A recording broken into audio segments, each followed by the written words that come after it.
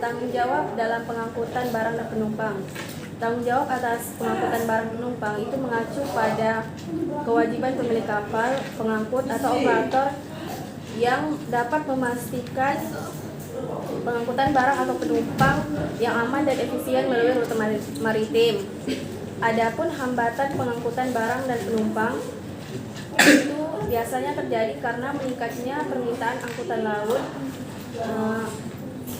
sebagai akibat pergerakan faktor-faktor produksi yang cepat yang telah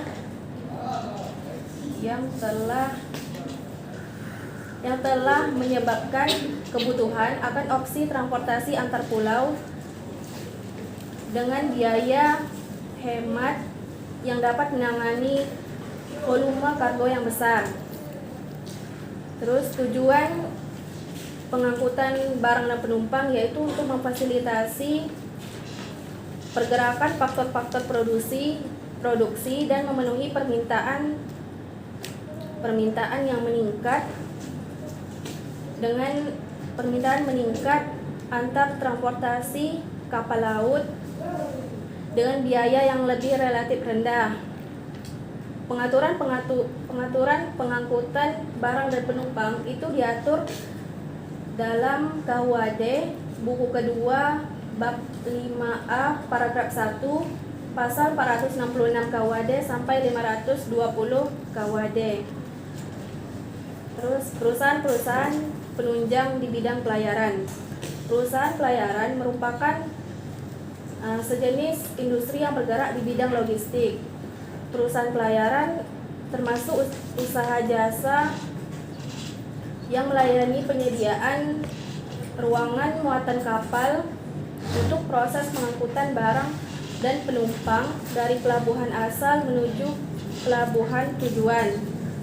Adapun dua jenis perusahaan pelayaran yaitu perusahaan pelayaran niaga yang melayani penyediaan ruangan kapal laut guna kepentingan pengangkutan barang dagangan dan penumpang.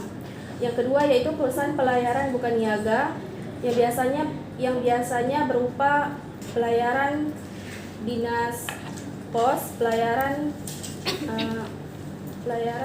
penjagaan pantai, pelayaran dinas tambang, pelayaran hidrografi, pelayaran angkatan perang dan lain sebagainya. Masuk ke penanganan bahaya laut, penubrukan, pecahnya kapal, penabrakan kapal, dan diketemukannya barang-barang di laut. Bahaya laut merupakan ancaman atau risiko yang dapat mempengaruhi keselamatan, keamanan, dan lingkungan perairan laut. Adapun bahaya-bahaya laut yang sering ditemui di perjalanan laut yaitu badai, angin, kapal kandas atau karam, dan tabrakan sesama kapal. Penanganan bahaya laut biasanya meliputi pencegahan polusi laut, perlindungan terumbu karang, pengaturan perikanan keberlanjutan, pengelolaan risiko bencana alam, konservasi spesies laut, dan pendidikan dan kesadaran masyarakat. Cukup.